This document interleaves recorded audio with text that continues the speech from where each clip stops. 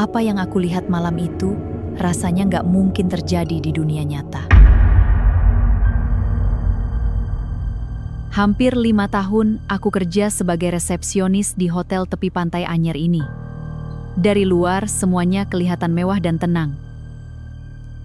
Tapi ada satu hal yang selalu bikin aku gelisah. Kalau jaga malam. Satu kamar yang rasanya nggak pernah biasa. Kamar 111.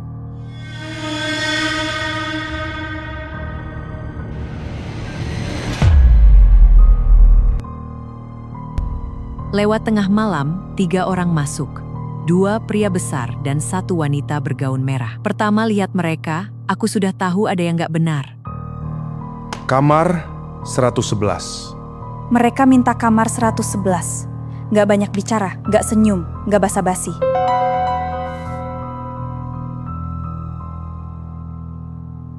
Mereka baru saja naik waktu aku lihat dompet itu jatuh di lantai.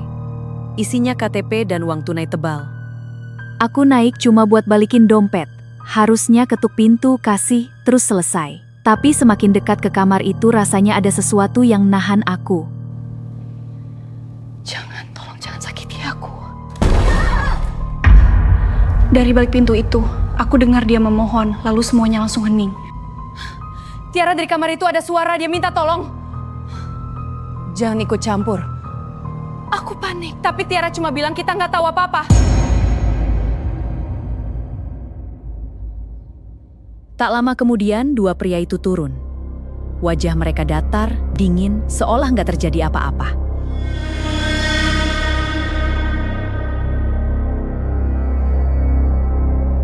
Mereka bilang temannya masih di kamar, besok check out, lalu pergi begitu saja. Lalu telepon itu berdering. Resepsionis, saya pesan nasi goreng 1 sama jus jeruk ya. Suara itu, suara wanita yang sama. Room service naik. Aku lihat sendiri dari CCTV. Pintunya kebuka, dan dia ada di sana hidup segar tersenyum. Baik-baik saja, Kak. Lalu aku lihat sendiri. Wanita yang sama berenang sendirian di kolam, tengah malam, tertawa padahal harusnya dia ada di kamarnya.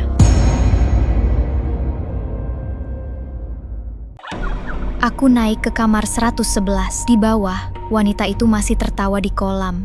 Tapi di atas, ada sesuatu yang sudah tidak bernyawa.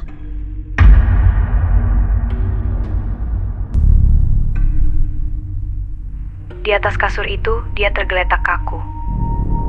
Matanya terbuka. Spray putih itu sudah berubah merah. Aku lari ke jendela. Dan di bawah sana, wanita yang sama masih berenang.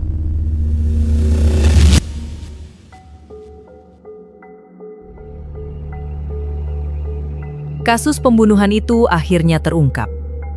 Pelakunya ditangkap, dan hotel menutup kamar 111. Beberapa waktu kemudian, demi pemasukan, kamar itu dibuka lagi, seolah mengganti nomornya bisa menghapus apa yang terjadi.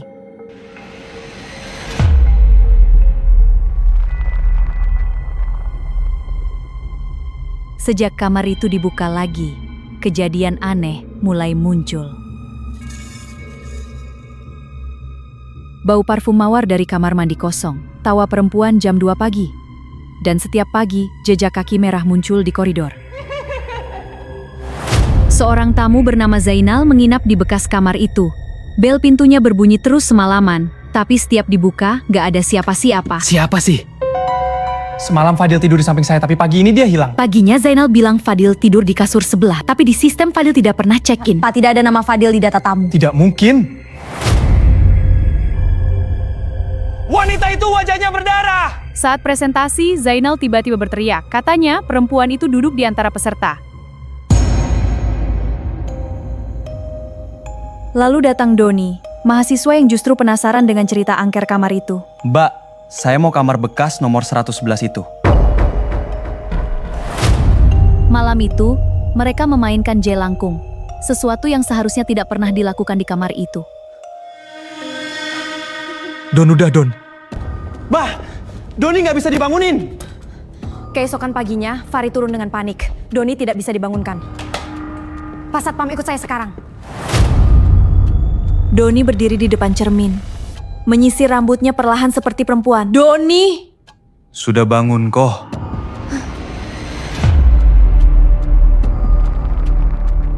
Aku masuk ke kamar mandi untuk memeriksa. Awalnya cuma bayanganku sendiri. Lalu di sudut cermin, wajah wanita itu muncul.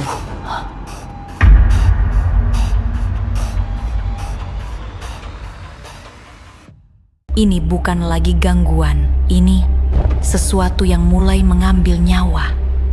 3 orang masuk ke kamar itu, 2 tidak pernah keluar hidup dan yang ketiga hilang.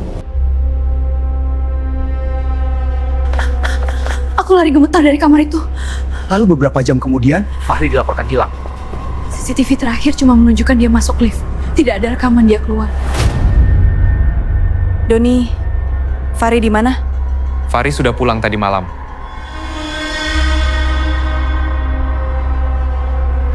Malam harinya ada acara barbeque di pinggir pantai. Doni hadir. Dan disitulah semuanya mulai bergerak menuju ujungnya. Doni terlihat berjalan menjauh bersama salah satu peserta, Hilda. Serius, kamar itu yang viral itu? Aku bisa tunjukin sesuatu.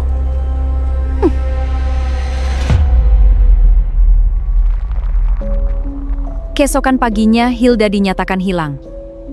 Hilda, Mbak Hilda! Tidak ada jejak, tidak ada sepatu. Pasirnya bersih seolah malam itu tidak pernah ada. Karena curiga, panitia memintaku membuka kamar itu lagi.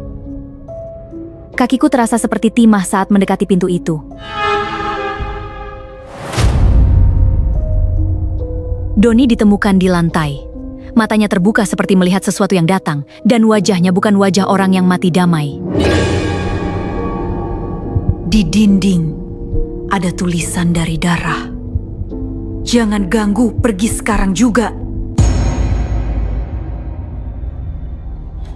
Dan di kamar mandi Fahri ditemukan, dalam kondisi yang bahkan sampai sekarang tidak bisa aku ceritakan detailnya. Pak panggil polisi. Sekarang. Korban pertama dibunuh oleh tersangka. Secara resmi, kasus ini ditutup sebagai pembunuhan lalu bunuh diri. Tapi aku tahu tidak sesederhana itu. Belakangan, aku menemukan arsip lama. Namanya Sartika, wanita yang dibunuh di kamar itu malam pertama. Di bawah fotonya ada tulisan tangan. Tidak akan pernah tenang. Sartika bukan cuma arwah gentayangan.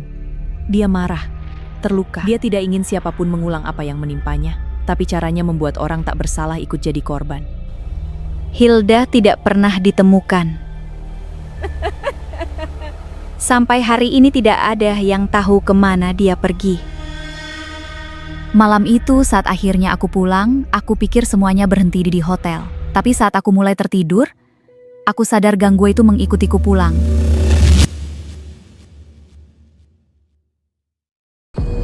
Aku bermimpi.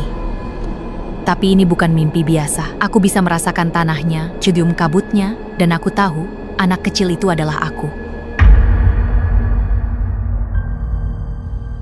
Aku berada di jembatan kayu tua. Berkabut.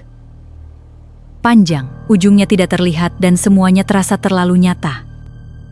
Di tengah jembatan, ada anak kecil berdiri sendirian. Ketika dia menoleh wajahnya, adalah wajahku sendiri. Lalu dari kejauhan, sosok perempuan itu muncul, berkain batik merah, dan kakinya tidak menyentuh papan. Rambutnya tersibak pelan, dan aku melihat wajah Sartika, matanya merah, wajahnya penuh luka tapi juga penuh kesedihan. Aku terbangun dengan keringat dingin.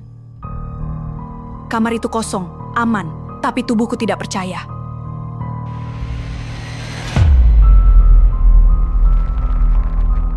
Aku tidak tidur lagi.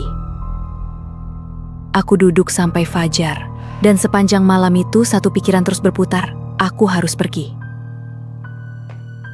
Tidak lama setelah itu, aku memutuskan resign. Karena aku tahu di hotel itu aku bukan lagi sekadar saksi. Aku berhenti sebentar di depan kamar itu untuk terakhir kali. Tidak ada yang perlu dikatakan lagi. 5 tahun aku bekerja di sini.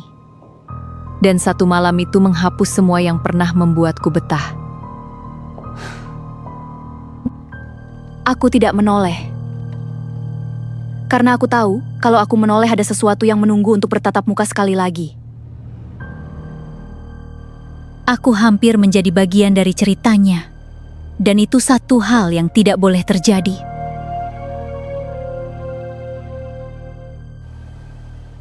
Hotel itu masih berdiri hari ini, masih buka, masih menerima tamu, dan kamar itu masih ada. Ini kisah nyata. Namanya sudah diganti. Hotelnya masih berdiri.